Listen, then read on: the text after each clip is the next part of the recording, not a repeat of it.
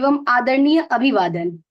हिंदी विश्वविद्यालय पश्चिम बंगाल के प्रशिक्षण, प्लेसमेंट एवं छात्र कल्याण प्रकोष्ठ द्वारा आयोजित इस महत्वपूर्ण वेबिनार आर्टिफिशियल इंटेलिजेंस अर्थात कृत्रिम बुद्धिमत्ता में आप सभी का हार्दिक स्वागत एवं अभिनंदन है।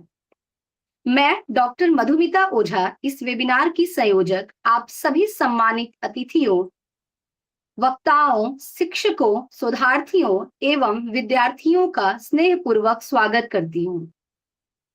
सबसे पहले मैं हमारी आदरणीय संरक्षक, हिंदी विश्वविद्यालय की माननीय कुलपति प्रोफेसर नंदिनी साहू मैम का हृदय से स्वागत करती हूँ। मैम के प्रेरणादायी नेतृत्व, दूरदर्शी सोच एवं सतत मार्गदर्शन के कारण ही ऐसे ज्ञानवर्धक एवं समकालीन विषयों पर आधारित कार्यक्रमों का सफल आयोजन संभव हो पा रहा है। मैम, आपके संरक्षण एवं प्रोत्साहन के लिए हम सभी आपके प्रति अपनी हार्दिक कृतज्ञता व्यक्त करते हैं। इसके साथ ही मैं आज की हमारी विशिष्ट वक्ता डॉक्टर स्मिता गुप्ता मैम एवं पूजा प्रेमोदा मैम जी का स्वागत करती हूँ, जिन्होंने अपने बहुमूल्य समय में से समय निकालकर इस वेबिनार को गरिमामयी बनाया। हमें पूर्ण विश्वास है कि आज का यह सत्र कृत्रिम बुद्धिमत्ता जैसे अत्यंत महत्वपूर्ण एवं समसामयिक विषय पर हम सभी के ज्ञान को नई दिशा प्रदान करेगा। मैं इस वेबिनार में उपस्थित सभी प्रतिभागियों, आदरणीय शिक्षकों, शोधार्थियों, विद्यार्थियों एवं अन्य सभी अतिथियों का भी हार्दिक अभिनंदन करती हूँ।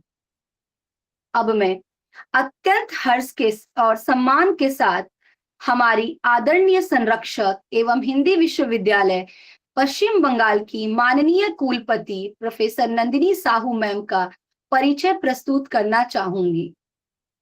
प्रोफेसर नंदिनी साहू मैम हिंदी विश्वविद्यालय पश्चिम बंगाल की कुलपति होने के साथ साथ एक प्रतिष्ठित शिक्षाविद, सुप्रसिद्ध भारतीय अंग्रेजी कवयित्री, रचनाकार एवं लोक साहित्य विशेषज्ञ हैं। वे अमेजन की बेस्ट सेलिंग लेखिका हैं तथा वर्तमान में शिक्षा एवं साहित्य जगत में अपनी विशिष्ट पहचान रखती हैं। मैम इंदिरा गांधी राष्ट्रीय मुक्त विश्वविद्यालय अर्थात इग्नू नई दिल्ली में अंग्रेजी विभाग की प्रोफेसर एवं विदेशी भाषा अध्ययन संस्थान की पूर्व निदेशक रह चुकी हैं। वे 23 पुस्तकों की लेखिका एवं संपादक हैं और साहित्य, शिक्षा एवं शोध के क्षेत्र में उनका योगदान अत्यंत उल्लेखनीय रहा है।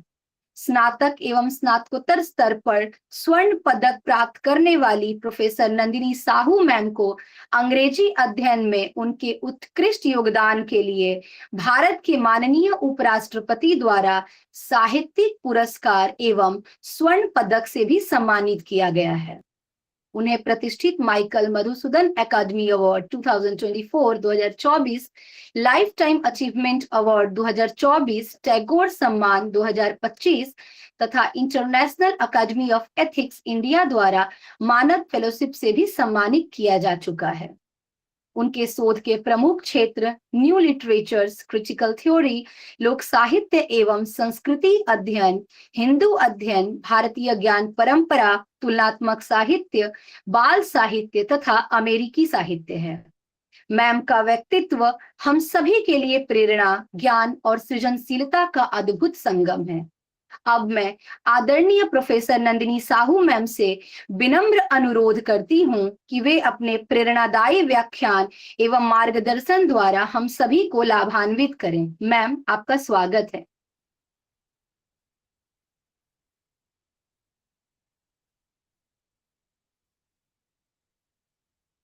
अमंदा, I'm very happy to invite all the participants, faculty and students of Hindi University and the two speakers for today for this very important webinar on artificial intelligence. I congratulate Dr. Madhumita for coordinating it successfully. This is a very, very important topic that we at Hindi University decided to take up for one of our webinars. Today, the students, mostly research scholars, and even students from undergrad classes and post-graduation classes, even children from the schools, they are using artificial intelligence massively without properly understanding the usage, how and why and when AI should be used. It's something that we need to train our scholars and our students. This webinar is going to be an intervention to answer to those important questions of the scholars and the students. We are going through a very, very difficult time now. I noticed that youngsters even do not write a single WhatsApp message or even an SMS on their own. They use AI for every single thing. They have extreme dependency on artificial intelligence.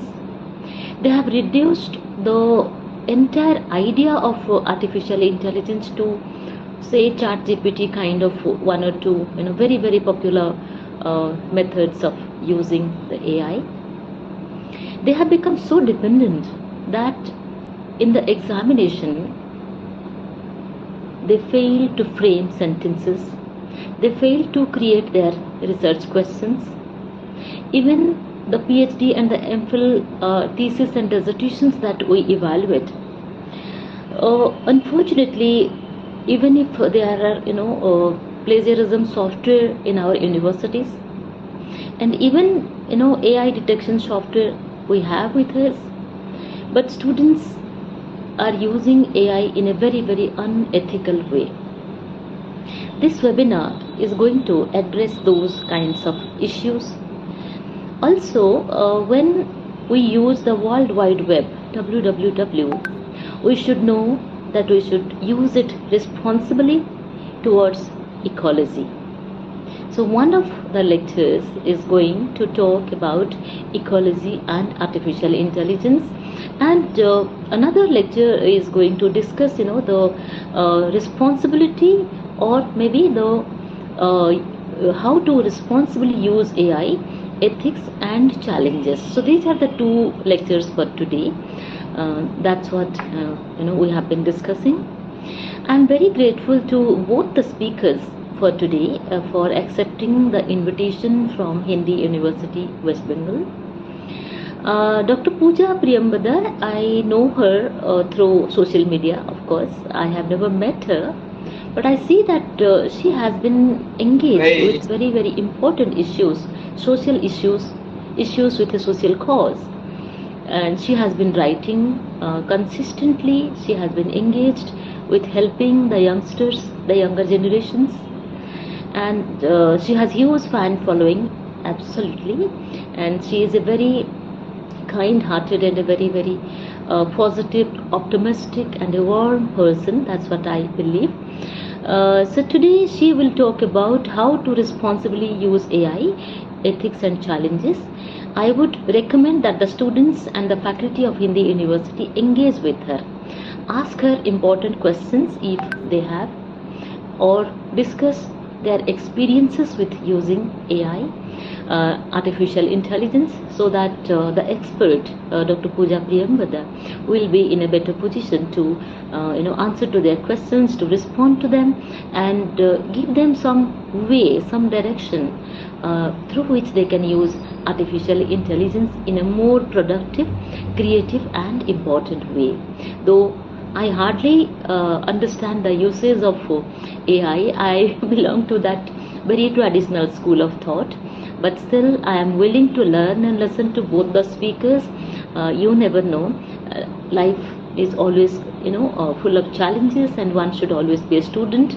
So today I am going to be a listener, and I am going to listen and learn something from the two experts. The other expert for the day is Professor Smita Gupta from Indira Gandhi National Open University, my colleague for 2 decades. So she would be talking about AI and ecology. Ecology, environmental consciousness is something that is very close to my heart. I keep on talking about in all my classroom, my classes, and also when research scholars come to do their PhD or their MPhil with me, I ask them to go back and read lots of literary theories and concepts, and eco-criticism, eco-feminism being two of those. They are very, very important. Today, Professor Smita Gupta will talk about the digital and the green, how there is a dichotomy, and then the techno risks she is going to talk, and then Anthropocene is something that we are discussing in humanities and social sciences departments in a big way. Professor Smita Gupta will address those issues vis-a-vis the uses of artificial intelligence. Professor Smita Gupta is a very serious researcher, a scholar, and a very, very committed teacher.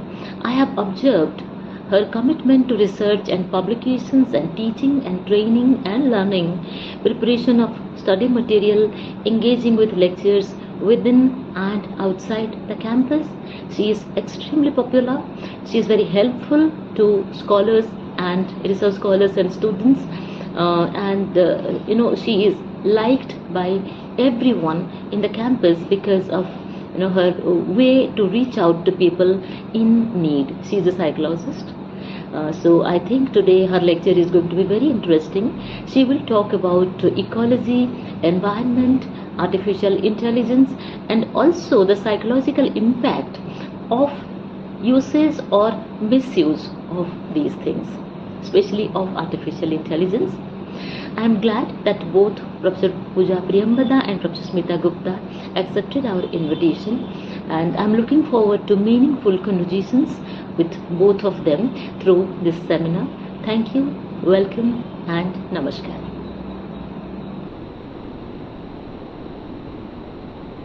आदरणीय professor Nandini Sahu ma'am, आपके प्रेरणादायक एवं ज्ञानवर्धक उद्बोधन के लिए हम सभी की ओर से आपको हार्दिक धन्यवाद। मैम, आपके विचारों ने न केवल कृत्रिम बुद्धिमत्ता जैसे समसामयिक विषय को नई दृष्टि प्रदान की, बल्कि शिक्षा, शोध और मानवीय मूल्यों के साथ तकनीक के संतुलन की आवश्यकता को भी अत्यंत प्रभावशाली ढंग से प्रस्तुत किया। आपका मार्गदर्शन हम सभी विद्यार्थियों, शोधार्थियों एवं शिक्षकों के लिए अत्यंत प्रेरणा स्रोत है। एक बार पुनः आपका हृदय से आभार। इससे पहले कि मैं आज की हमारी पहली speaker doctor Smita Gupta ma'am का परिचय प्रस्तुत करूं, उससे पहले मैं सभी प्रतिभागियों को यह सूचित करना चाहती हूं कि आप अपना ईमेल आईडी, अपना नाम एवं अपनी संस्था का नाम, अपने इंस्टीट्यूट का नाम यहाँ मैसेज बॉक्स में ड्रॉप कर दें, अथवा आप मुझे व्हाट्सएप पर मैसेज कर दें, जिससे कि आपका सर्टिफिकेट आप तक पहुँच जाए इस कार्यक्रम के बाद। अब मैं आज की हमारी प्रथम विशिष्ट वक्ता डॉक्टर स्मिता गुप्ता मैम का परिचय प्रस्तुत करने जा रही हूँ। डॉक्टर स्मिता गुप्ता वर्तमान में इंदिरा गांधी राष्ट्रीय मुक्त विश्वविद्यालय इग्नू नई दिल्ली के मनोविज्ञान विभाग में एसोसिएट प्रोफेसर के पद पर कार्यरत हैं। उन्होंने अपनी स्नातक, स्नातकोत्तर एवं पीएचडी की उपाधि बनारस हिंदू विश्वविद्यालय वाराणसी से प्राप्त की है तथा यूजीसी नेट भी उत्तीर्ण किया है। डॉक्टर स्मिता गुप्ता को शिक्षण एवं शोध क्षेत्र में लगभग 19 वर्षों का व्यापक अनुभव प्राप्त है। उनके अनेक शोध पत्र राष्ट्रीय एवं अंतर्राष्ट्रीय जर्नलों में प्रकाशित हो चुके हैं तथा उन्होंने अनेक राष्ट्रीय एवं अंतर्राष्ट्रीय संगोष्ठियों एवं सम्मेलनों में अपने शोध पत्र प्रस्तुत किए हैं। उन्हें वर्ष 2006 में बेंगलोर में आयोजित एचआर समिट में श्रेष्ठ शोध पत्र प्रस्तुति सम्मान भी प्राप्त हुआ है। उन्होंने मेडिकल टूरिज्म विषय पर एक पुस्तक का संपादन किया है तथा उनके अनेक पुस्तकों एवं शोध कार्यवाहियों में उनके अध्याय प्रकाशित हुए हैं। वे विभिन्न विश्वविद्यालयों में जर्नल समीक्षक एवं विशेषज्ञ पैनल सदस्य के रूप में भी सक्रिय रही हैं। संगठनात्मक व्यवहार यानी ऑर्गेनाइजेशनल बिहेवियर एवं ह्यूमन रिसोर्स मैनेजमेंट उनके विशेषज्ञ के प्रमुख क्षेत्र हैं। उन्होंने कार्यस्थल पर मानसिक स्वास्थ्य, तनाव प्रबंधन, नेतृत्व क्षमता, टीम निर्माण, लैंगिक संवेदनशीलता, कार्य जीवन संतुलन, प्रेरणा, संचार कौशल, तथा मनोवैज्ञानिक कल्याण जैसे अनेक महत्वपूर्ण विषयों पर विभिन्न सरकारी एवं कॉरपोरेट संस्थानों में कार्यशालाएं एवं प्रशिक्षण कार्य आयोजित किए हैं। डॉक्टर स्मिता गुप्ता मैम एक प्रभावशाली प्रशिक्षक, प्रेरक वक्ता एवं गंभीर शोध विश्लेषक के रूप में जानी जाती हैं। नई तकनीकों एवं कृत्रिम बुद्धिमत्ता के दौर में संगठनात्मक विकास और मानवीय व्यवहार के बदलते आयामों पर उनका कार्य अत्यंत महत्वपूर्ण एवं प्रेरणादायी है। आज वे हमारे समक्ष एआई एंड इकोलॉजी विषय पर अपना व्याख्यान प्रस्तुत करेंगी, जो कृत्रिम बुद्धिमत्ता यानी आर्टिफिशियल इंटेलिजेंस और पर्यावरणीय संतुलन के बीच संबंधों को समझने का एक अत्यंत महत्वपूर्ण प्रयास है। अब मैं आदरणीय डॉक्टर स्मिता गुप्ता मैम से विनम्र अनुरोध करती हूँ कि वे अपने ज्ञानपूर्ण व्याख्यान द्वारा हम सभी का मार्गदर्शन करें। मैम, आपका बहुत बहुत स्वागत। Thank you so much, Dr. Madhumita. A very good afternoon to the resource person, Pooja ji, and all research scholars. And thank you, Madhumita ji, क्योंकि आपने जब introduce किया तो it was really as if क्या मैं सच में अपना mirror देख रही हूँ. It seemed very complicated. But again, thank you so much for the introduction. So without wasting much more time, can I ask something from the participants? And if they can just raise their hand, if I ask them, how many of you use AI for preparing your assignments? The Vice Chancellor ma'am had already said that maximum students very conveniently use AI tools. So how many of you are there who are using AI tools for completing your assignments, projects, or some class notes, something like that? Please raise your hand very quickly. Okay. Okay. We want honest response. Okay. Okay. So many of the hands are being raised now. Thank you so much. How many of the research scholars are using Google linked notes, the AI tool, which is used to prepare your literature review? That is an ethical use, which ma'am might be taking in the next session. But how many of you are ethically using? How many of you have heard of the term Lina AI intelligence or Asna AI intelligence? Raise your hands. Those who have not heard, please remove your hand raised. Okay, still I find okay. I find many hands still, at least if not two.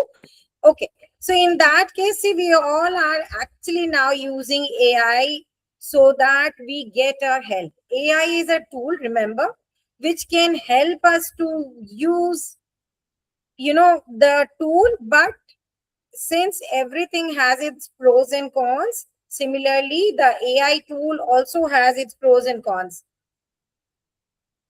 Is my slide visible, Madhumita ji? Yes, ma'am. Yes, ma'am. Visible, ma'am. Okay. Okay. So the talk that we'll be dealing, the journey that we'll be taking to in next few minutes is related to AI and ecology. Now, ecology means our environment. Our environment, the tools of AI are not only helping, they are not only helping us as, being a boon, but again, there are many other things that we still need to unveil or understand. So in this presentation, very quickly, we'll be going through how AI and ecology are related to each other. Again, we'll also be dealing about the pros. How is it that AI is actively contributing towards saving our resources, towards protecting, restoring our planet?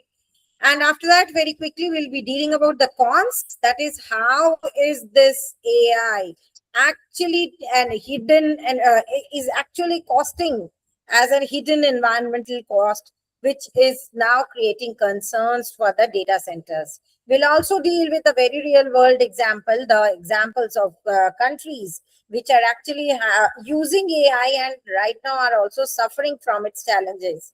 And at the end, we can also talk about how is it green AI, how the green AI can contribute positively towards our environment. So, as we are discussing, the first thing that we need to understand is, why is AI ever required for our ecology, for our environment?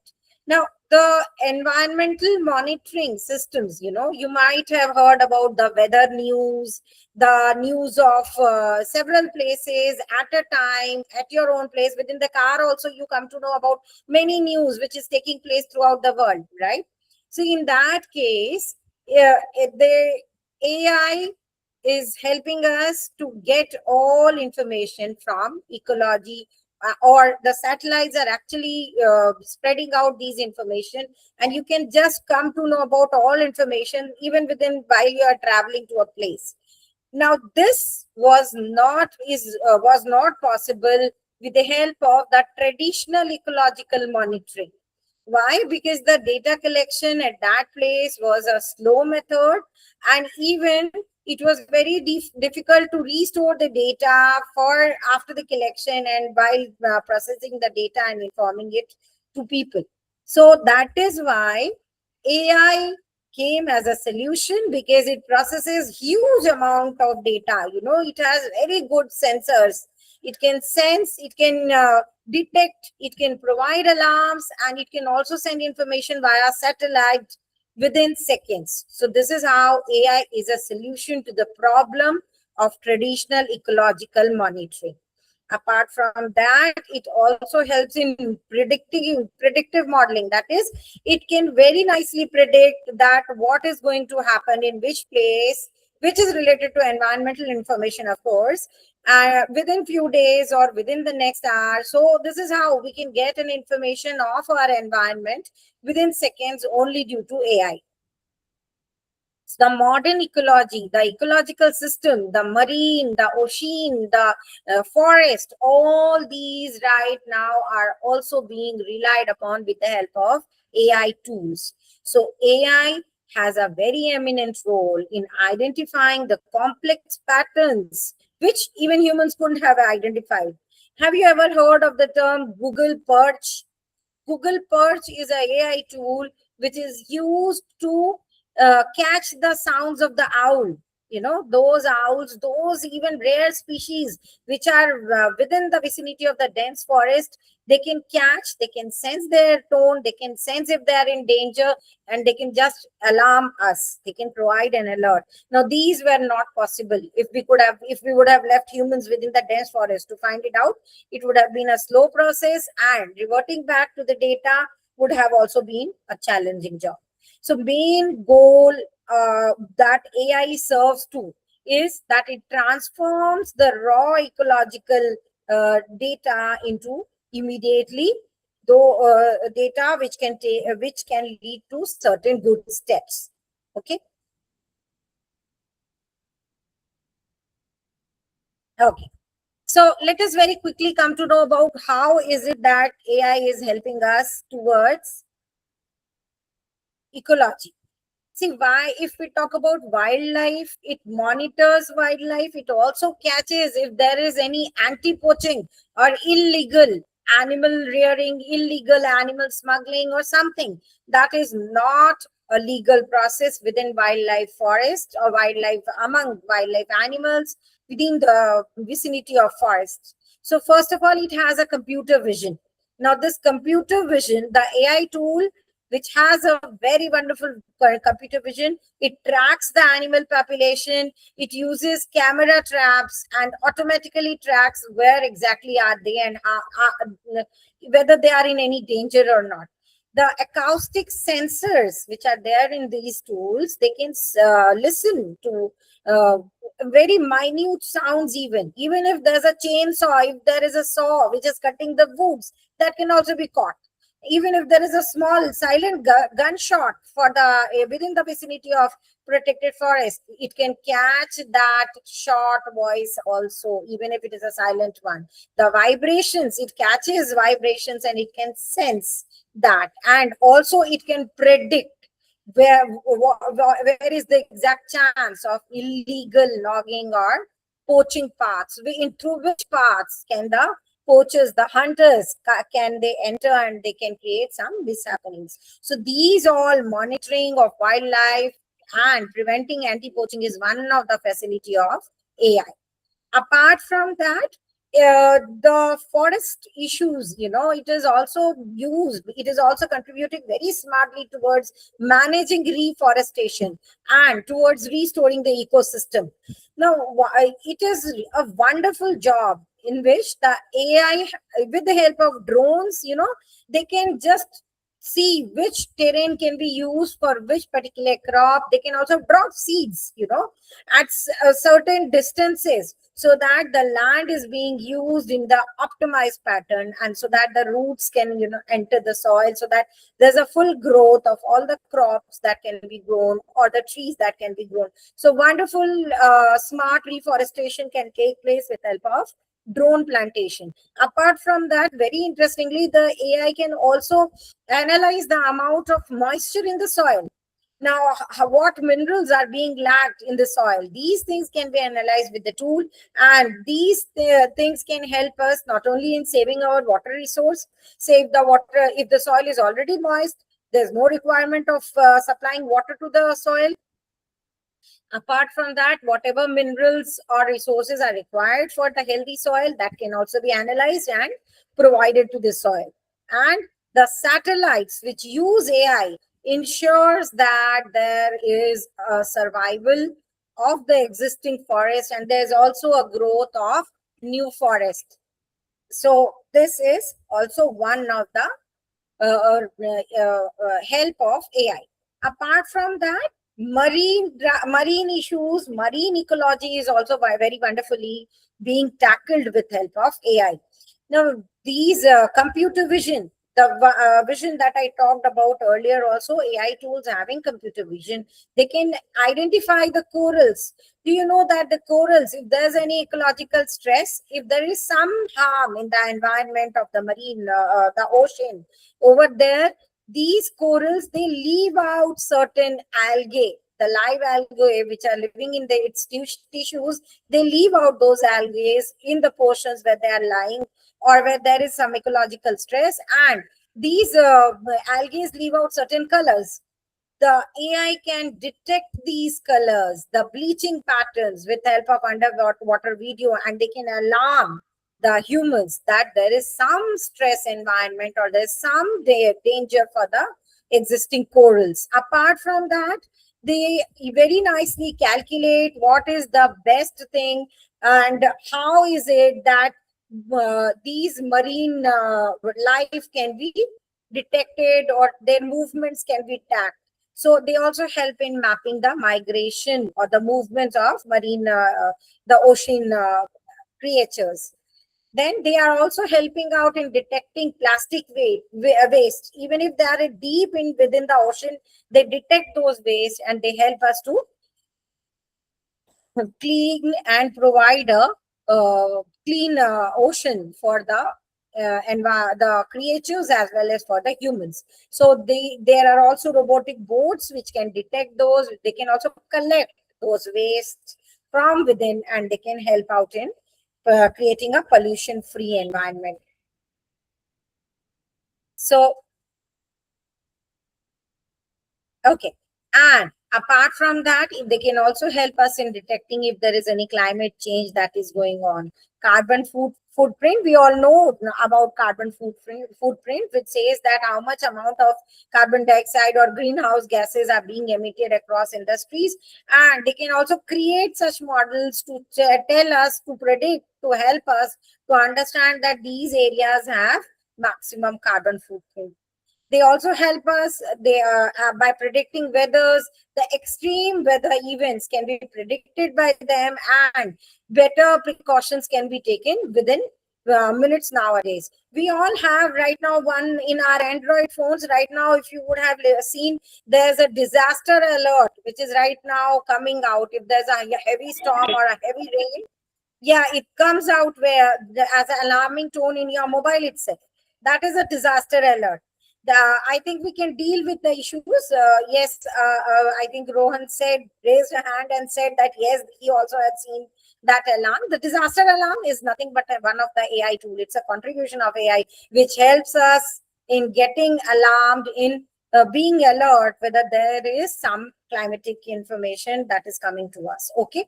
Apart from that, the tools very smartly helps us in balancing energies wherever there is a deficiency of fossil fuel. It helps the humans to understand that we have to leave this area for further usage, for further not being used later on. Why? Because fossil fuels are not renewable. So they alarm us and they help us to map the fossils and also alarm us to not to use the fossil of those areas. Okay. So this is something related to the climate change mitigation, which helps us understand.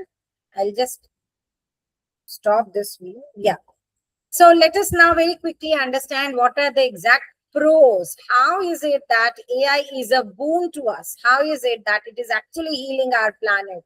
Now, as mentioned earlier, it is protecting the biodiversity with the help of automated cameras, with help of acoustic mapping, and also with help of several tagging and trapping of the poaching paths. Poaching is being prevented. It provides a computer vision to tag and to trap wildlife species. It is also helping us to detect illegal deforestation or gunshots in the real time.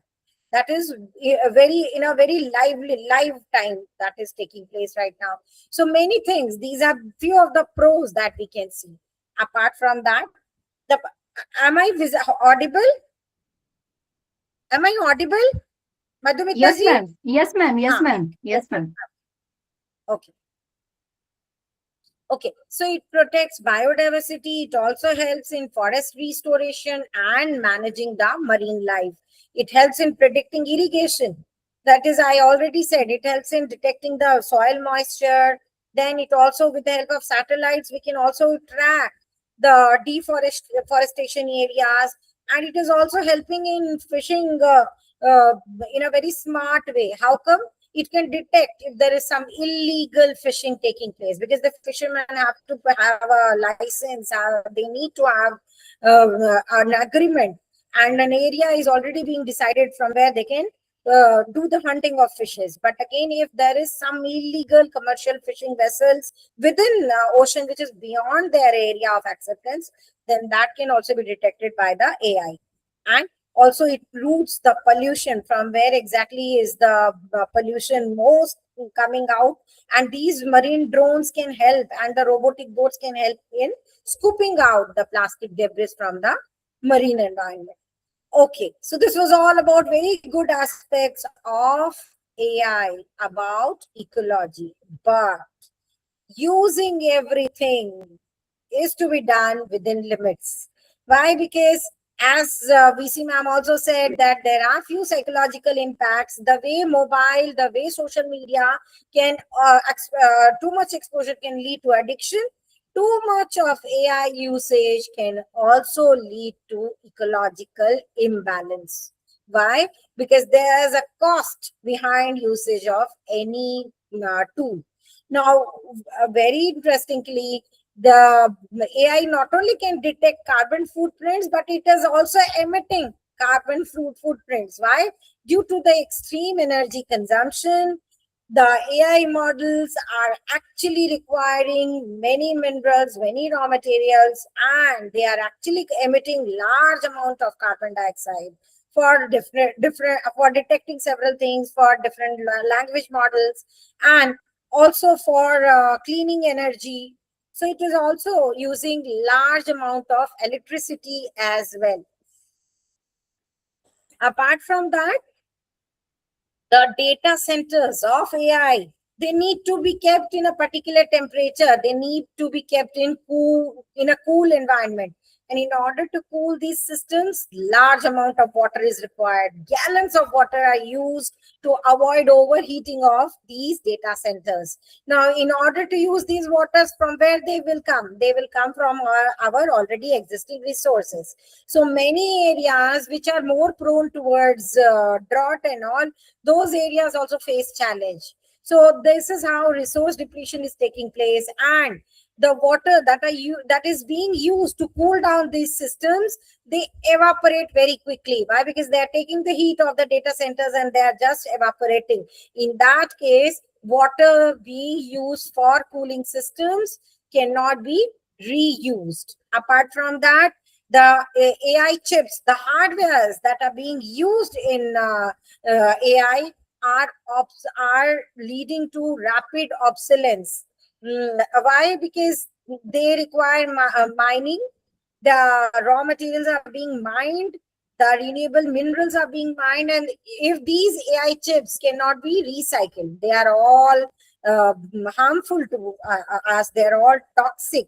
So these things are also again challenging, the hardware turnover and e-waste. That is a challenging thing. Now, while talking about the real case examples, let us take the ecological cost of AI country towards the country. US and China, they're the masters of AI tool. Right now, the US and China are the countries which are using AI to the maximum. And since they have to maintain their level, their profiling and status of AI tools, in that case the maximum concern of AI over there is grid overload, the electricity that is being pressurized, and also high water wastage. Researches are now being done on how is it that the AI is depleting the resources of AI, this country-wise ecology system. So, as mentioned, highly stressed environments, drought-prone areas, these are actually facing challenges, and this is one of the concern of US and China as well. So, this is the real picture of the cons of the usage of AI.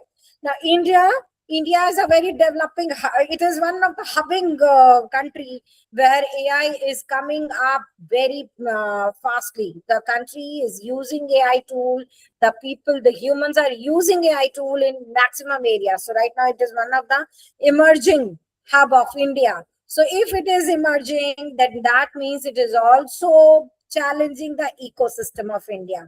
Now, the India has those materials that can be used for hardwares for preparing the hardwares of AI system.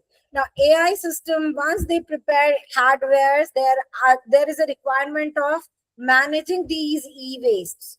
Now, managing e-waste is a very big challenge in environments of India.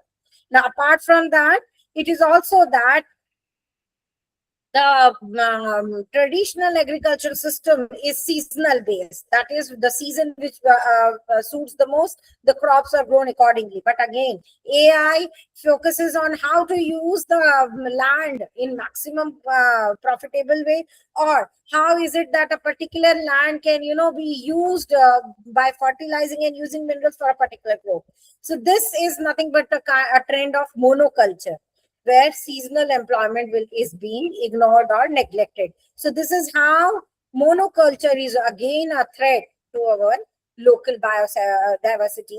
And of course, water system will again become a challenge once the maintenance of these drive AI data centers are required. Apart from that, the global south, usually the Africa and the Latin America countries, these are facing algorithmic colonialism, that is dominance. Now they are facing the dominance of usage of AI on basis of the fittest environment, and due to which the environment is being exploited.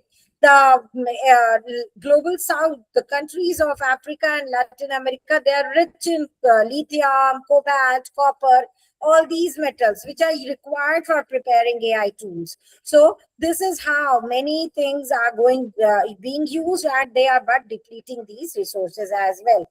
Apart from that, fresh water which are required for agriculture is also being diverted now for managing and maintaining of AI tools. So this is also one of the concern of global south. Now, if we talk about these, how can it be used so that there is a green environment? Ecofeminism, one of the term that was used again by our Vice Chancellor. Now, ecofeminism or going green is also a required area. So what can be used, what are the better suggestions that can help in a path, creating a path that can help us, and that can also help the environment as well. So one of the suggestion that, as mentioned, is efficient usage of codes. Now there are language models that require algorithms and calculations, and these calculations should be in such a way in which maximum profit can be gained, maximum things can be prioritized within the vicinity without much wastage of or much usage of our ecology. Now, apart from that, these data centers can be provided supplies energies through solar energy or wind energy as well. So this can help us in less usage of electrical and electricity. And also, the AI chips that are being prepared should be in such a way that these chips can be recycled. This can help us in managing e-waste and also using these e-waste in a responsible manner. So in a nutshell, as I conclude with the presentation, is that AI is a boon for us. It is a powerful asset for the global conservation efforts, but it needs to be used in a balanced way. And although the technology cannot, be prepare those non-renewable energies, but again, this AI or the artificial intelligence should be used in such a way that protects our environment to the best and helps in maintaining the ecological system in a more conservative, in a more balancing way. So this is all about my presentation that I have dealt with right now. So if there are any queries, we take them very quickly. Questions can be asked or they can be written in the chat, please.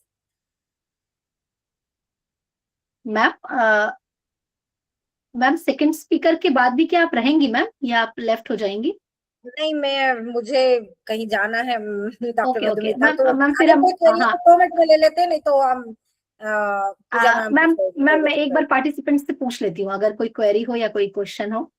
आप लोग का कोई प्रश्न है doctor Smita Gupta ma'am से, क्योंकि इसके बाद मैम शायद नहीं रह पाएंगी समय की कमी की वजह से। तो आप लोग का अगर कोई प्रश्न हो या कोई क्वेरी हो तो आप लोग पूछ सकते हैं। एआई से संबंधित, विषय से संबंधित अगर कोई प्रश्न हो आपका। Anyone raise your hand.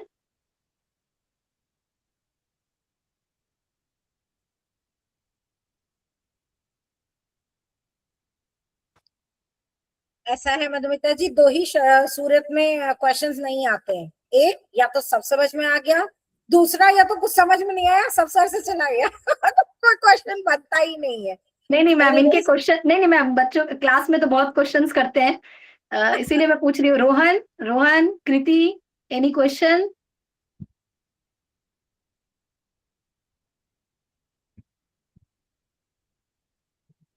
अगर आपके प्रश्न है, आप हिचकिचा रहे हैं। हाँ, कृति बोलना चाहती है। कृति पूछो, मैम से प्रश्न पूछो। Yes Kriti, unmute you. हाँ, अनम्यूट करो, पूछो। मेरे ख्याल से कोई बात नहीं है, तो usual and sensitive area. Okay, Kriti. Yes, ma'am. I want to ask that what is rational agent? मतलब ये AI में rational agent किसमें कहते हैं? मतलब I can understand. Rational agent. Yes, ma'am. अब ये AI से, AI का प्रोग्राम से रिलेटेड अगर क्वेश्चन है तो ये AI expert can answer, but again rational agent, if you say so, there is no one better than the humans. We have the better control on everything. जैसे हम addiction से बच सकते हैं, वैसे ही we can have a control on the AI usage in the bestest way.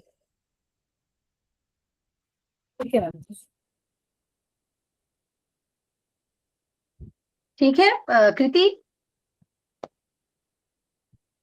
Yes ma'am. और किसी का कोई प्रश्न हो?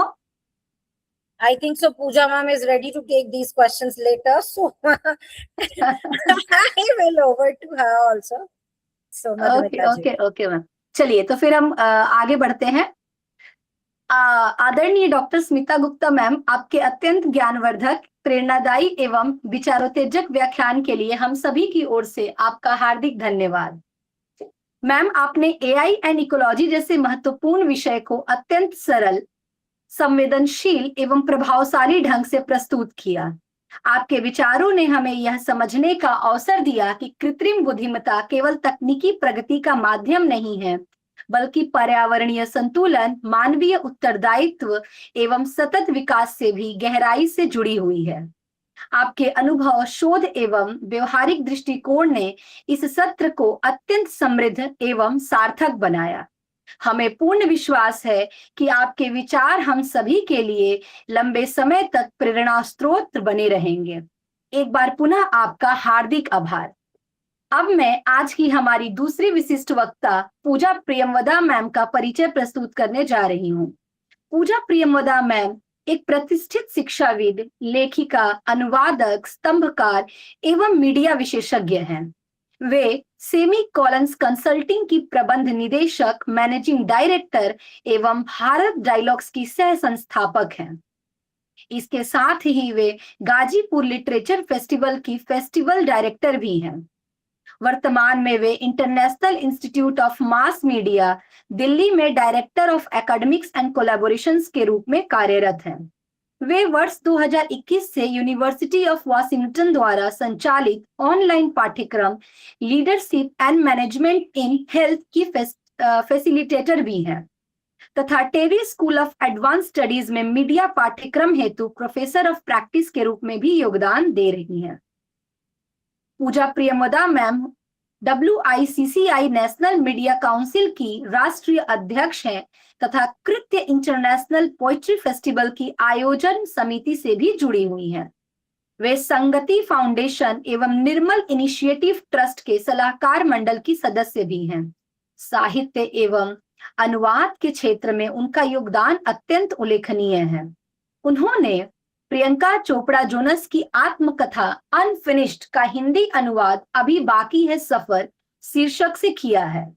इसके अतिरिक्त मानव कौल की a night in the hills, रूह, जोसेफ मर्फ की the power of the subconscious mind सहित अनेक महत्वपूर्ण पुस्तकों का अनुवाद किया है। मानवीय स्वास्थ्य, विकलांगता, जागरूकता एवं सामाजिक संवेदनशीलता से जुड़े विषयों पर भी उन्होंने महत्वपूर्ण कार्य किया है। वे कई राष्ट्रीय एवं अंतर्राष्ट्रीय संकलनों, समाचार पत्रों एवं मंचों पर नियमित रूप से लेखन एवं विशेषज्ञ वक्ता के रूप में भी सक्रिय रहती हैं। उनके उत्कृष्ट योगदान के लिए उन्हें अनेक प्रतिष्ठित सम्मानों से सम्मानित किया गया है, जिनमें director of the year award 2025, global women of distinction 2026 2026, women of eminence award 2025 2025 तथा कई राष्ट्रीय एवं अंतर्राष्ट्रीय सम्मान शामिल हैं। आज वे how to responsibly use AI ethics and changes विषय पर अपना व्याख्यान प्रस्तुत करेंगी, जो कृत्रिम बुद्धिमत्ता के नैतिक उपयोग, उसकी चुनौतियों एवं मानवीय उत्तरदायित्व जैसे अत्यंत महत्वपूर्ण पहलुओं पर केंद्रित हैं। अब मैं आदरणीय पूजा प्रियमवदा मैम से विनम्र अनुरोध करती हूँ कि वे अपने प्रेरणादायी एवं ज्ञानवर्धक व्याख्यान द्वारा हम सभी का मार्गदर्शन करें। पूजा प्रियमवदा मैम, आपका बहुत बहुत स्वागत है। Ma'am. Thank you, Dr. Madhumita, and I am grateful to Dr. Nandini for inviting me for this. मैं कोशिश करूंगी कि हिंदी में ज्यादा बोलूं क्योंकि स्लाइड सारी अंग्रेजी में है। जैसा आपने बहुत लंबी प्रोफाइल पढ़ दी, उसकी जरूरत नहीं थी, बट क्योंकि मैं अलग अलग विधाओं में शिक्षिका रह चुकी हूँ, थिएटर से लेके अनुवाद से लेके लिटरेचर में, मुझे लगता है AI जो मेरा लेटेस्ट लर्निंग एरिया है और ट्रेनिंग एरिया है। मैं गूगल डेटा लीड्स के साथ भी ट्रेनर हूँ। तो पिछले 5 सालों में मैंने जितना सीखा है AI, वो हर रोज गोल पोस्ट चेंज होता है, और इसलिए ये कहना कि मुझे AI आता है किसी के लिए भी अतिशयोक्ति है। हमें रोज सीखना है, ये वो विधा है जो रोज बदलती है। So this is very important to understand the first thing first, कि ये वो विधा है जो रोज बदल रही है, इसलिए we need to learn every day, every single day. So ethics की हम बात कर रहे हैं, अभी डॉक्टर स्मिता ने एथिक्स पे ब्रीफली बात की। एथिक्स है क्या? ह्यूमन एथिक्स वही एथिक्स जो आप सब, चाहे स्टूडेंट्स हैं, प्रोफेसर्स हैं, रिसर्च स्कॉलर्स हैं, there are some ethics that we follow in whatever practice we do, और वो एथिक्स हमारे ह्यूमन बिहेवियर और हमारे जो हम फैसले लेते हैं उनमें वो इम्पोर्टेंट होते हैं। कुछ बेसिक क्वेश्चंस हम हमेशा हमें करने चाहिए, क्या ये सही है या गलत है? सपोज आप बहुत टेम्प्टेड हैं किसी और की किताब से 2 पैराग्राफ अपने थीसिस में डालने के लिए, क्या ये सही है या ये गलत है? क्या ये सोसाइटी, इंडिविजुअल्स के लिए सही प्रैक्टिस है या गलत प्रैक्टिस है? और क्या अलग सिचुएशंस में आप अलग तरह से बिहेव करते, या आपके ऊपर प्रेशर नहीं होता पीएचडी का तो आप नहीं करते? तो इस तरह के जो बेसिक ह्यूमन एथिक्स के सवाल हैं, वही एथिक्स के सवाल एआई के लिए भी हैं। एआई का एथिक कोई ह्यूमन एथिक्स से अलग नहीं है। मैं मीडिया एथिक्स पढ़ाती हूँ तब भी मैं यही कहती हूँ कि जो ह्यूमन एथिक्स के बेसिक सवाल हैं, क्या ये लार्जर कॉमन गुड के लिए है, वो सवाल हर एक फील्ड पे अप्लाई होता है और एआई कोई उससे अलग नहीं है। मैम ने बहुत इकोलॉजी पर फोकस करके बात की और बहुत क्लासरूम स्टाइल में उन्होंने आपको समझाया। मैं बात करना चाहती हूँ कि प्रैक्टिकली आज हम दुनिया में कहाँ हैं। तो 700 मिलियन प्लस चैट जीपीटी के मंथली यूजर्स थे 2025 जनवरी तक। आई थिंक 900 मिलियन के आसपास हो गए हैं। और वो कैसे हुए हैं? क्योंकि मल्टीपल यूजर्स हैं। उसके साथ साथ 40% ऑफ योर फॉर्च्यून 500 कंपनीज सबकी सब एआई, जनरेटिव एआई के टूल्स यूज कर रही हैं। किसी ने अभी कुछ तो पूछा था एआई को लेके सवाल, तो ये जनरेटिव एआई और I think somebody had answered the rational agent. These are very technical terms. Generative AI सीधे सीधे वो AI हैं जो कुछ generate करते हैं, जो कुछ बनाते हैं. All right, they are generative AIs. And then there is this कि 2027 तक आप लोगों की जो PhD लेवल की रीजनिंग है उसको ओपन AI मैच कर देने वाला है। इस पॉइंट पे let me pause a bit and ask you all कि आप जरा चैट बॉक्स में मुझे बताएंगे क्या कि आप कौन सा एआई टूल यूज कर रहे हैं? आप क्लॉड यूज कर रहे हैं, आप चैट जीपीटी यूज कर रहे हैं, आप गूगल जेमिनाई यूज कर रहे हैं, आप नोटबुक एलएम यूज कर रहे हैं, आप किसी और तरह का कोई टूल यूज कर रहे हैं क्या? Can you please type in the chat box आप कौन से टूल्स यूज कर रहे हैं? Chat GPT, okay. और कोई? Chat GPT, Gemini, okay okay. So largely यही दोनों बहुत पॉपुलर टूल्स हैं, चैट जीपीटी और Gemini among students. Largely these are the ones. Perplexity, yes, नया टूल है, रिसर्च के लिए बहुत अच्छा है। और भी बहुत सारे अलग अलग टूल्स के अलग अलग मॉडल्स अब आ गए हैं जो हम यूज करते हैं for various purposes. Now let me go back to the slide that we were at. So here we are. And if you see that these tools have entered our classrooms, वहां पे plagiarism checks तो हैं, लेकिन basic ethic तो एक human के पास है अभी भी। पहले भी plagiarism होता था, पहले भी गलत facts present किए जाते थे। आज आप वो थोड़ा ज्यादा जल्दी कर सकते हैं। क्या आप वो करना चाहते हैं? ये रिस्पॉन्सिबिलिटी एआई पर नहीं है, ये आप पर है। आप जब भी कोई सर्च करते हैं वहां पे तो उस पे नीचे लिखा आता है chat GPT findings can be wrong, please cross check it. अब में से अधिकतर लोग कई बार क्रॉस चेक करना जरूरी नहीं समझते, वही फैक्ट्स आगे चले जाते हैं, उसी को सीधा कॉपी पेस्ट कर लेते हैं। आई थिंक वो जो समझना कि एआई का पर्पस क्या है, is it to help me, assist me, और is it to shut down my brain कि मैं अपने दिमाग से कुछ भी करना छोड़ दूं। अब एजेंटिक एआई आ गए हैं। एजेंटिक एआई को सिंपली अगर मैं समझाऊं तो ऐसा मानिए कि आपके फोन में आपका इंस्टाग्राम और व्हाट्सएप और फेसबुक तो खैर मेटा से कनेक्टेड ही है, बट लेट्स से आपका इंस्टाग्राम और आपका स्नैपचैट और आपका ट्विटर और उनके एआई आपस में बात कर सकते हैं, आपस में डेटा शेयर कर सकते हैं। ये सुनने में बड़ा अच्छा लगता है, लेकिन ये ह्यूमंस के लिए और सेफ्टी, सिक्योरिटी, प्राइवेसी के हिसाब से बहुत डेंजरस हो सकता है। ऐसे बहुत सारे एआई मॉडल्स को क्लॉड ने, एंथ्रोपिक ने होल्ड किया, जेमिनाई ने होल्ड किया, परप्लेक्सिटी ने होल्ड किया, क्योंकि उन्हें लगा ये बहुत डेंजरस हो सकते हैं, क्योंकि वो अपने आप वो डिसीजंस ले रहे हैं जिसमें एक ह्यूमन को होना चाहिए। किसी ने रैशनल एजेंट की बात की थी। रैशनल एजेंट्स वो एजेंट्स होते हैं जो लॉजिकली बेस्ट पॉसिबल आउटकम सोच पाते हैं, बट अभी उनकी जो इंटरवेंशन है वो बहुत कम है।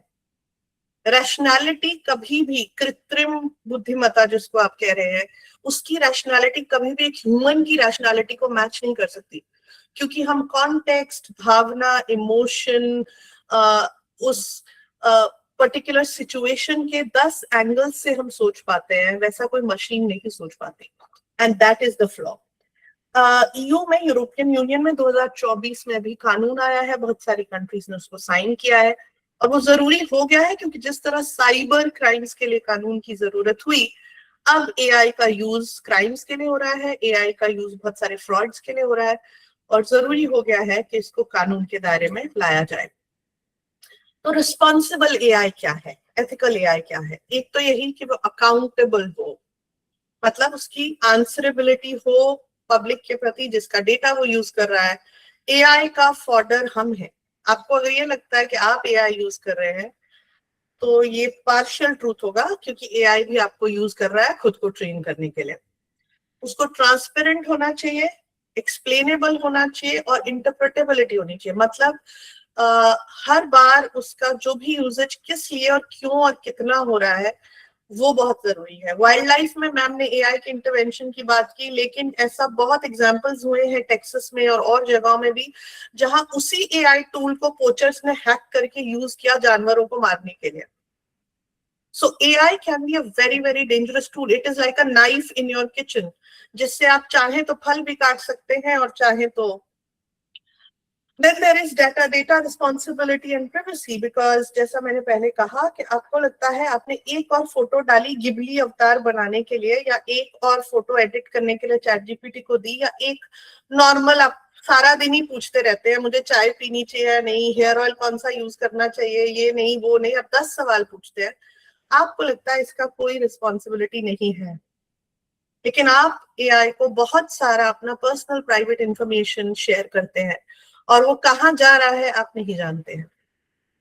एआई में फेयरनेस बहुत इंपॉर्टेंट है, जो अभी तक नहीं है। ग्लोबल साउथ का थोड़ा सा मेंशन हुआ था, तो अभी तक लार्जली ग्लोबल नॉर्थ से एआई कंट्रोल हो रहा है, तो ऑब्वियसली वो वेस्टर्न नैरेटिव्स और वेस्टर्न इंटरेस्ट को ऊपर रखता है।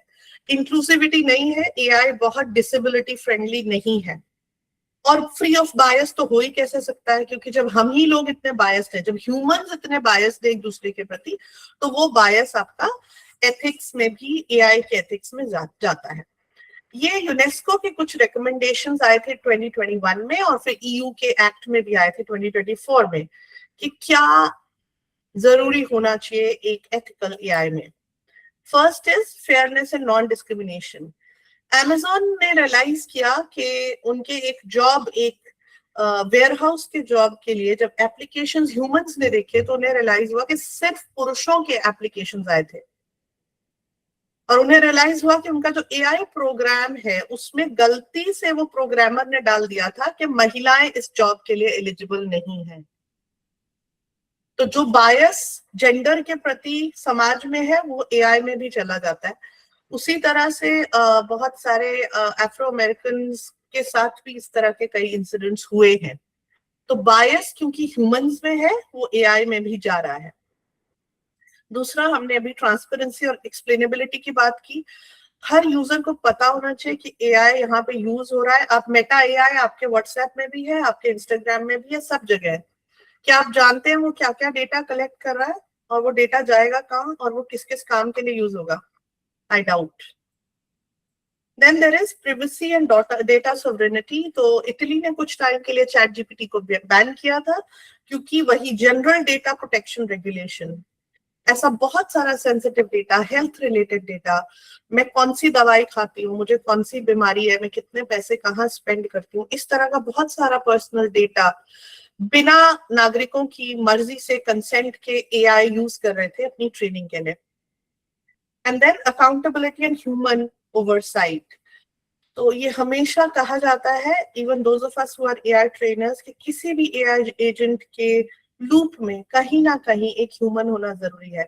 एयर कनाडा का एक बहुत फेमस एग्जांपल है, जब एयरलाइन के कस्टमर के साथ सिर्फ बॉट बात कर रहा था, चैट बॉट बात कर रहा था, वहां ह्यूमन कोई नहीं था, और उसने कुछ गलत इंफॉर्मेशन उनको दी, लेकिन कोर्ट ने एयरलाइन को रिस्पॉन्सिबल ठहराया कि आप सिर्फ एक एआई पर इतना जिम्मेदारी का काम नहीं दे सकते। Then there is something called hallucination. Hallucination basically confident falsehood है। अगर आप एक ही मॉडल, जैसे बहुत लोगों ने चैट जीपीटी का, अगर आप चैट जीपीटी 3 या 4 या 5 सालों से यूज करें तो आपको अब लगने लगा होगा कि ये मेरी तरह बात करता है, ये मेरे दोस्त की तरह बात करता है, ये वही बात करता है जो मैं सुनना चाहता हूँ। उसी धोखे में कई बार आपके एआई एजेंट आपको गलत इंफॉर्मेशन भी देते हैं। तो हमें लगता है ये सच है, बट वो सच नहीं है। ऐसे कुछ एग्जाम्पल्स हैं यहाँ पे, जैसे न्यूयॉर्क में अभी एक लॉयर ने केस साइटेशंस चैट जीपीटी से जनरेट करके डाले थे, तो वहां कानूनन उसको बैन किया गया। जेमिनाई ने बहुत सारे हिस्टोरिकल फिगर्स, जैसे एडिसन न्यूटन के फिगर्स के पिक्चर्स गूगल के लॉन्च पे जनरेट किए, जो बिल्कुल उनकी तरह नहीं लगते थे। ओके, एंड मेडिकल रेफरेंसेस में बहुत जगह मेडिकली जहां पे एआई यूज हो रहा है, वहां पे बहुत बार एआई गलती करता है, बहुत बार, ट्रस्ट मी। जहां आप बहुत जगह अगर आप अपने आसपास देखेंगे तो आपको दिखेगा robotic surgery which is largely da Vinci एक प्रोग्राम है, डाविंची एआई से की जा रही है भारत में, लेकिन उसको भी एक सर्जन मैनेज करता है, एक ह्यूमन करता है। ओके, अदरवाइज वो ठीक से ऑपरेट नहीं करेगा। नाउ द क्वेश्चन इज, क्या हम एआई का आउटपुट क्रिटिकली एनालाइज कर रहे हैं? इंस्टीट्यूशंस की क्या जिम्मेदारी है एआई यूज को लेके, और क्या हेलुसिनेशन और इस तरह की जो फॉल्स इंफॉर्मेशन है उसको कंट्रोल किया जाता है? अब एक छोटी सी क्विज है, आपके पास अगर फोन्स हैं तो आप ये क्यूआर कोड स्कैन कर सकते हैं, और अगर नहीं है तो मैं एक छोटा सा लिंक आपके चैट में डाल दूंगी, आप उससे भी जा सकते हैं। ये एक क्विज है कि सपोज 2 लोग हैं कहीं पर, एक गाड़ी जा रही है, और उन 2 लोगों को, उनके पास चॉइस ये है कि इन 2 लोगों में से एक बुजुर्ग है जो साइंटिस्ट हैं, बहुत valued member of the society है, और एक छोटा बच्चा है। तो या तो ये कुचले जाएंगे या वो कुचला जाएगा। ऐसी एथिकल प्रॉब्लम अगर है और वो सेल्फ ड्रिवन एआई कार है तो उसको क्या करना चाहिए? आप ये लिंक से क्लिक करिए, और या आप ये क्यूआर कोड को स्कैन करिए, and you will get to the quiz and we will see what do you think. इस क्विज के बारे में आप क्या सोचते हैं कि रेगुलेशन पहले से डिसाइडेड होना चाहिए, उस कार का जो मैन्युफैक्चरर है उसकी पूरी जिम्मेदारी होनी चाहिए, एआई को कभी भी हमें ऐसे लाइफ डेथ सिचुएशन में यूज नहीं करना चाहिए, या लेट द एआई डिसाइड कि उस बच्चे की लाइफ ज्यादा वैल्यूएबल है जिसका पूरा जीवन पड़ा है, या एक बुजुर्ग सिटीजन जो साइंटिस्ट रहे या बहुत वैल्यूएबल उनके कॉन्ट्रीब्यूशन थे सोसाइटी को, वो ज्यादा वैल्यूएबल है। तो आपको क्या लगता है कि इसमें क्या इंपॉर्टेंट है? किसी का वोट आया है, एआई को ऐसी लाइफ और डेथ टास्क नहीं देने चाहिए। Other people, I am waiting, the quiz is on. और अगर नहीं तो आप चैट बॉक्स में भी 1 2 ABCD 1 2 3 4 डाल सकते हैं option, and we will see what most of you think. This quiz is basically to make you understand कि एथिकल सवाल हमेशा बहुत सीधे सीधे नहीं होते, एथिकल सवाल बहुत कॉम्प्लेक्स होते हैं। कुछ लोगों को लग सकता है कि बच्चे को बचाना चाहिए क्योंकि उसकी पूरी जिंदगी आगे पड़ी है और हो सकता है वो बहुत वैल्यूएबल सिटीजन बने, और दूसरी तरफ बहुत लोगों को ये लग सकता है कि जो ऑलरेडी कंट्रीब्यूट कर चुके हैं और प्रूव कर चुके हैं अपना वर्थ, उन्हें बचाना चाहिए, बिकॉज बर्थ रेट तो अच्छा है, बच्चे तो और पैदा हो जाते हैं। So we have to, these are not easy questions, इनका कोई सही या गलत जवाब नहीं होता है। ये सिर्फ आपको ये दिखाने के लिए है कि अक्सर जो एथिक के सवाल होते हैं वो बहुत मुश्किल सवाल होते हैं, they are very difficult questions. Okay, one person has voted. What about others? Nobody else is voting here. Let me check. अपने chatbot में किसी ने डाला B, okay. Regulation must pre decide, okay, लेकिन बहुत बार रेगुलेशन भी इतना स्ट्रांग नहीं होगा कि वो सारे सिचुएशंस मैप कर पाए। तो बेसिकली इस क्वेश्चन को यहाँ लाने का मतलब सिर्फ ये था कि आप समझें कि एथिक के सवाल अक्सर अक्सर बहुत कॉम्प्लिकेटेड होते हैं। They are not very simple, they are not very straightforward के यस है या नो है, बहुत ग्रे जोन में रहते हैं। और इसलिए ये एथिक्स का चैलेंज एआई के लिए भी उतना ही डिफिकल्ट है जितना ह्यूमन बीइंग के लिए। तो एज एन इंस्टीट्यूशन हमें क्या करना चाहिए? वन इज हमें ऑडिट करना चाहिए हमेशा कि बायस कितना है, फेयर कितना है। उसके कुछ टूल्स भी हैं अभी, there is IBM AI fairness and there is Google what if. तो ये आप जरूर ट्राई करिएगा। हमें हमेशा डिस्क्लोज करना चाहिए। अभी आप बहुत सारे मीडिया में हमारे काम का नतीजा ये हुआ है बहुत सारे लोगों का कि स्टोरीज में अब लिखा आने लगा है कि AI जनरेटेड कंटेंट। तो आपको पता होता है कि ये खबर किसी AI एजेंट ने लिखी है, ह्यूमन रिपोर्टर ने नहीं लिखी है। हमेशा हमेशा प्लीज आप अपने चैट GPT से या कहीं से भी जो भी आपको मिल रहा है आउटपुट, उसको प्लीज प्राइमरी सोर्स से 2-3 और सोर्सेस से चेक करिए, उसको as it is copy paste कभी मत करिए। Then again design for human dignity. So जब हम मेडिकल यूज में यूज कर रहे हैं या जिस तरह हमने कार का एग्जांपल देखा, एथिकल यूज में यूज कर रहे हैं, तो ये समझना कि इसके डाउन साइड क्या है, ये बहुत इंपॉर्टेंट है। एंड अगेन हर इंस्टीट्यूशन में एक AI पॉलिसी होनी चाहिए, चाहे वो मीडिया हाउस है, चाहे वो एजुकेशनल इंस्टीट्यूशन है, कि हम कितना AI यूज अलाउ करेंगे। जितना करेंगे उसका डिस्क्लोजर होना चाहिए कि इस काम के लिए, लेट्स से डेटा कलेक्शन के लिए AI का यूज हुआ, तो वो क्लैरिटी होनी चाहिए ताकि जो भी उसका आउटपुट यूज करे उन्हें पता हो कि इसकी क्रेडिबिलिटी क्या है। और ब्रीफली, क्योंकि मैम ऑलरेडी बात कर ही चुकी थी, क्लाइमेट इम्पैक्ट AI का, तो हर बार जब भी आप कोई भी रैंडम क्वेरी दिन में 50 बार पूछते हैं, हर क्वेरी का लगभग एक बड़ा टम्बलर पानी, साफ पानी, माइंड यू, सर्वर्स को ठंडा रखने के लिए आप सी वाटर यूज नहीं कर सकते, साफ पोर्टेबल पानी जो ह्यूमन कोई पी सकता है वो पानी यूज होता है। तो आप सोच समझ कर प्लीज वो क्वेरी डालें, वो फोटो एडिट का वहां पे ऑप्शन डालें। इलेक्ट्रिसिटी जिसकी बहुत कमी है दुनिया में, हम गर्मियों में इंडिया में झेलते ही हैं, पूरे एक बड़े बड़े शहरों जितनी इलेक्ट्रिसिटी एक एक सर्वर को मेंटेन करने में लगती है। डेटा सेंटर्स के इमिशंस बहुत ज्यादा है। अभी जॉर्जिया की सेनेटर ने शायद वहां सेनेट में दिखाया एक बॉटल ऑफ वाटर के वहां ग्राउंड वाटर कितना कंटामिनेट हो गया डेटा सेंटर आने से, और उसका जो कार्बन फुटप्रिंट है, ऑफ कोर्स उसके जो इमिशंस हैं, जो गैसेस हैं। और एक स्टोरी अमेरिकन मीडिया में थी कि उन डेटा सेंटर्स के आसपास रहने वाले लोग, हम उनके कानों में है, तो there is that noise, that digital noise, that is also pollution. So we must also understand that AI is powerful, but is it sustainable? So how much of it are we going to use is the question.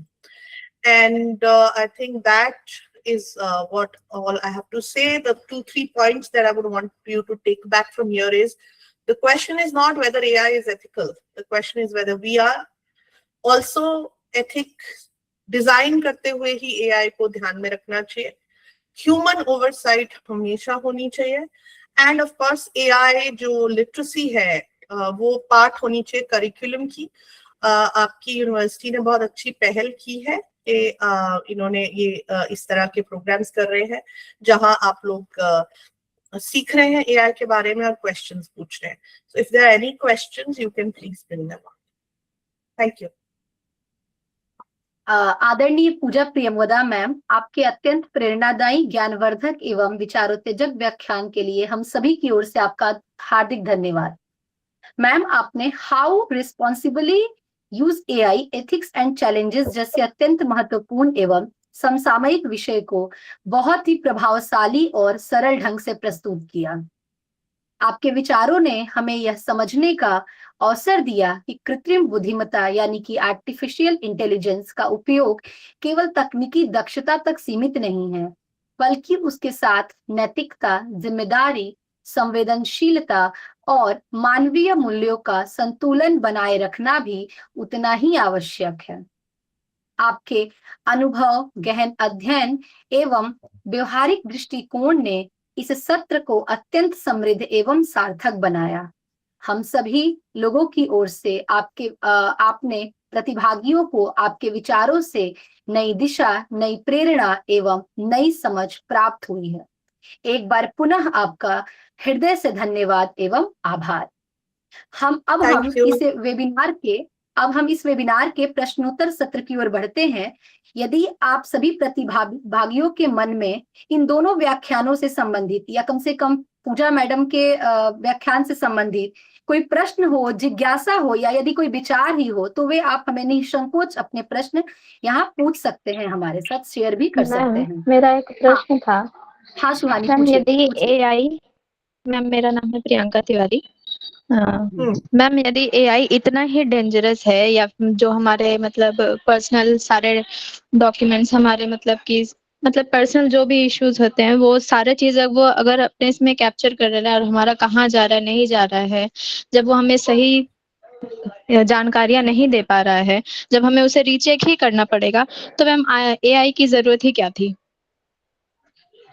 AI की जरूरत बहुत सारी चीजों के लिए है। एक तो of course time saving is one big thing, क्योंकि एज अ जर्नलिस्ट मैं आपको बता सकती हूँ कि कई बार जब सरकार की रिपोर्ट्स आती है 2-2 हजार पेज की होती हैं और ह्यूमनली उनको पढ़ना पड़ता है और सेक्शंस मार्क करने पड़ते हैं, कोरिलेट करना पड़ता है, उसमें कई दिन लग जाते हैं। अब मैं वो सिंपली अपने नोटबुक एलएम में अपलोड करती हूँ एंड विद इन 3 मिनट्स मुझे जो रेलेवेंट सेक्शंस चाहिए वो हाईलाइट होके आ जाते हैं। तो बहुत सारा जो मंडेन ह्यूमन लेबर है उसको बचाने में एआई बहुत इंपॉर्टेंट है। बट हाँ, सिक्योरिटी प्रोविजंस हर जगह होने चाहिए। जैसे मैंने कहा, ये नाइफ वाली बात है। अब ऐसे तो आप कहें कि नाइफ से खून भी हो सकता है, तो नाइफ घरों में रखना ही नहीं चाहिए, but is it practical? Knife के बहुत सारे यूजेस भी तो हैं, तो वो हमारे ऊपर है कि हम उसको कैसे ऑप्टिमली और बेस्ट यूज कर सके। I think that is very important. I think Prem का बहुत देर से हैंड रेज्ड है, तो प्रेम अपना प्रश्न पूछिए। Good afternoon, ma'am. Hmm. Ma'am, my question is regarding the impact of AI on students and academics. आज के समय में स्टूडेंट्स असाइनमेंट्स, रिसर्च, जितना भी कुछ करते हैं सब एआई पे ज्यादा डिपेंड हो गए हैं, जिससे कई बार उनकी रीजनिंग, उनकी थिंकिंग कैपेबिलिटी पे असर पड़ता है। सो मैम, स्टूडेंट को एआई का यूज करते समय किस सावधानी का विशेष ध्यान रखना चाहिए ताकि ये सब इम्पैक्ट ज्यादा ना पड़े? जैसे मैंने कहा कि जो मंडेन टास्क हैं, जो बहुत ह्यूमन लेबर इंटेंसिव हैं, जैसे आपको बहुत सारा डेटा एनालाइज करना है, बहुत बड़ी एक किताब है उसका समरी आपको चाहिए, कोई बहुत कॉम्प्लेक्स पेपर्स हैं अलग अलग जगह लिखे गए हैं, उनका आपको एक पैराफ्रेज चाहिए, उन टास्क के लिए आप एआई को यूज करिए। लेकिन जो आपका क्रिटिकल एनालिसिस है, जो आपका अपना एज अ शोधकर्ता या एज अ स्टूडेंट जो आपकी अपनी सवाल पूछने की कैपेबिलिटी है या to draw your own conclusions है, उसको आप एआई को नहीं दें। ये बहुत इंपॉर्टेंट है। हमारी कार्स में आज भी, इंडिया में भी बहुत सारी कार्स एक चिप यूज कर रही है, तो बहुत सारे फंक्शंस वो मेंटेन करती है, जैसे कार का टेम्परेचर चेक करना कि हवा कम तो नहीं होगी, उतना ठीक है।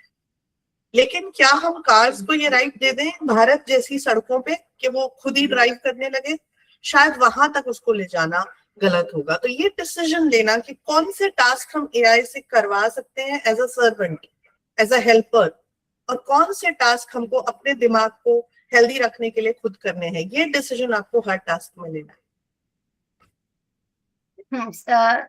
सनी, पूछिए। अपना परिचय और अपने संस्थान का नाम बताते हुए प्रश्न पूछिए। Sunny. Yes, Suhani is next in the Q.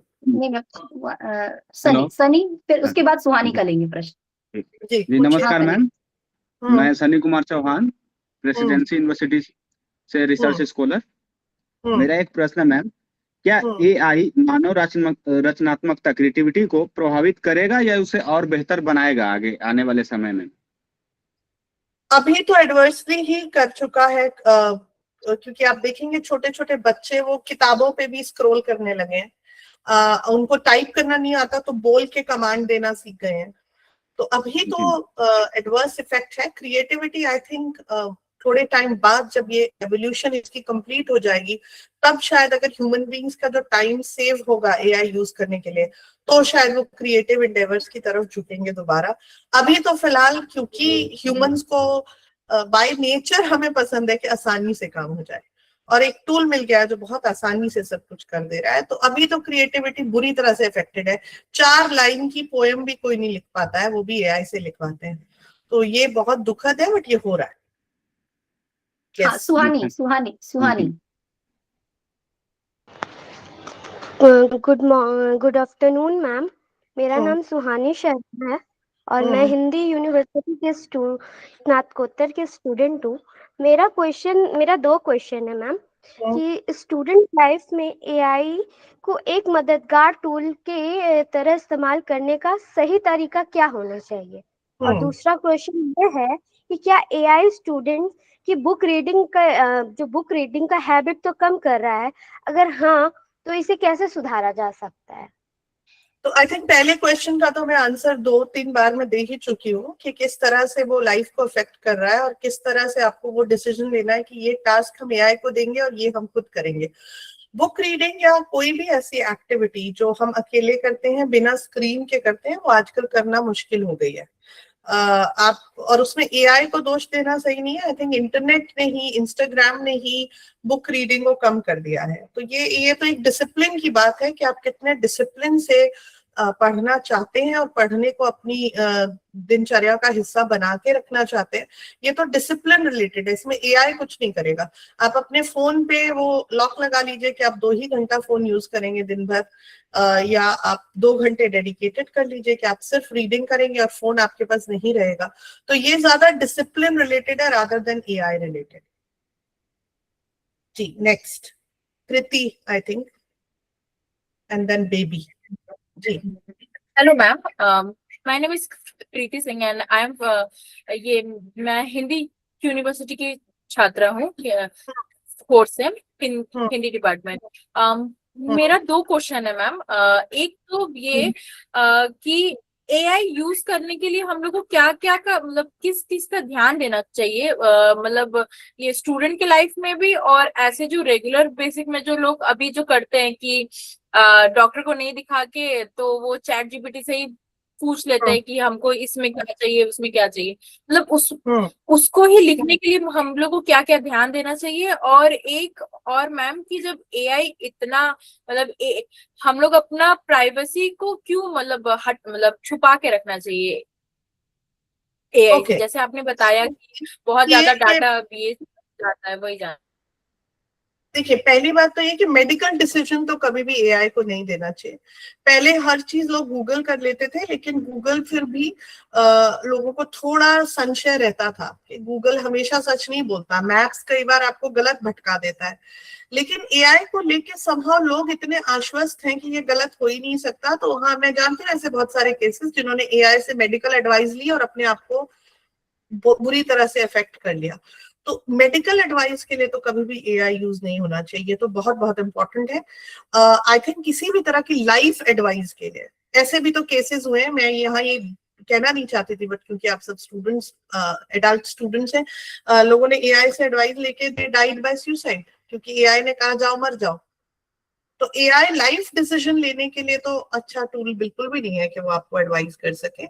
और दूसरा जो आपने पूछा कि अगर हमें प्रिवेसी रखना क्यों जरूरी है, प्रिवेसी रखना इसलिए जरूरी है क्योंकि अगर आपका एक एक मूवमेंट पूरे दिन का, जो वो सिर्फ एआई नहीं कर रहा है, वो जब आप इंस्टाग्राम पे गेट रेडी विद मी और हर मोमेंट का रील बनाई जाती है, तो वो कहाँ जा रहा है वो डेटा? वो कंपनीज को बेचा जाता है कि कौन क्या सामान खरीदता है, किसके घर में क्या ब्रांड का सामान पड़ा है, कहाँ से वो खरीद रहा है, कितने रुपए वो खर्च करता है, कौन से कैफे में वो जाता है, कब वो ट्रैवल करता है।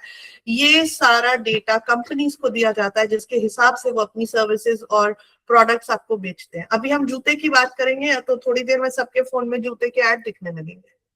सो ये इसीलिए इम्पोर्टेंट है कि इंसान की प्राइवेसी बनी रहे। हमारी लाइफ के कई सारे ऐसे डिसीजन हैं जो पब्लिक डोमेन का हिस्सा नहीं होने चाहिए। जिस तरह आपका घर एक पब्लिक स्पेस नहीं है ना, सड़क पे चलता हर कोई आपके घर में नहीं आ सकता, उसी तरह से आपका सारा इंफॉर्मेशन एआई के लिए पब्लिक स्पेस नहीं होना चाहिए। That is very important. Baby Kumari. और मैम ये बोल रहे थे मैम कि स्टूडेंट को मतलब जब हम लोग एआई स्टूडेंट के लिए जब यूज करते हैं तो उसमें क्या क्या ध्यान देना पड़ेगा मैम, कि मतलब कुछ हम लोग को नोट्स चाहिए तो मतलब एआई जैसा ना लगे कि हम लोग ही मतलब रीडिंग के लिए सिंपल हो उस हिसाब से मैम, क्योंकि आप आजकल नोटबुक बच्चे LM बहुत यूज करिए, mind गूगल fix का बनते जा रहे हैं। Notebook LM, Google notebook LM आप यूज करिए, that is a very reliable tool for students. और उसमें क्योंकि आप कंट्रोल कर पाते हैं कि कहाँ से वो ले रहा है सोर्स, कहाँ से वो सोर्स डेटा ले रहा है, तो वो ज्यादा ऑथेंटिक होता है पढ़ाई लिखाई के लिए। Yes baby. हाँ, बेबी कुमारी, बेबी पूछिए। Good afternoon ma'am. मैं गोखले मेमोरियल गर्ल्स कॉलेज से। मैम आपसे मेरा एक प्रश्न है कि एआई से मिलने वाली गलत सूचनाओं को कैसे रोका जा सकता है? उसको रोका नहीं जा सकता फिलहाल। जैसे मैंने कहा, वो हेलुसिनेट करेगा, वो गलत सूचना देगा ही देगा। आपका रोल वहां आता है कि आपको जो भी सूचना मिली आप उसको किसी रिलायबल सोर्स से चेक करें। अगर वो खबरों से रिलेटेड है तो किसी रिलायबल न्यूज वेबसाइट से चेक करें। अगर वो पढ़ाई लिखाई से रिलेटेड है तो किसी रिलायबल जर्नल या किताब से चेक करें या अपने टीचर से डिस्कस करें। किसी डिजीज को लेके अगर आपने कर ही लिया है तो फिर वो डॉक्टर से पहले कंफर्म करें। तो हर जानकारी जो भी आप ले रहे हैं ना, उसमें कुछ ना कुछ एक बैरियर और लगाइए, उसको एज इट इज इम्प्लीमेंट मत कर लीजिए। ये जरूरी है, क्योंकि हम रोक नहीं सकते, लेकिन उसको एज इट इज अपनी लाइफ में अप्लाई करने से हमें खुद को रोकना होगा। जी मैम, धन्यवाद। और किसी के प्रश्न है? भूमि, भूमि आपका प्रश्न है कुछ? गुड आफ्टरनून मैम, मेरा नाम भूमि श्रीवास्तव है। मैं हिंदी विश्वविद्यालय के द्वितीय सत्र की छात्रा हूँ। मैम मेरा ये क्वेश्चन था कि जैसे कि आपने बताया कि हम जूतों की बात करते हैं तो फिर हमारे फोन में जूतों का नोटिफिकेशन आने लगता है, तो मैम इस चीज से कैसे बचा जा सकता है? क्योंकि फोन तो हमारा हर वक्त ही हमें सुन रहा है।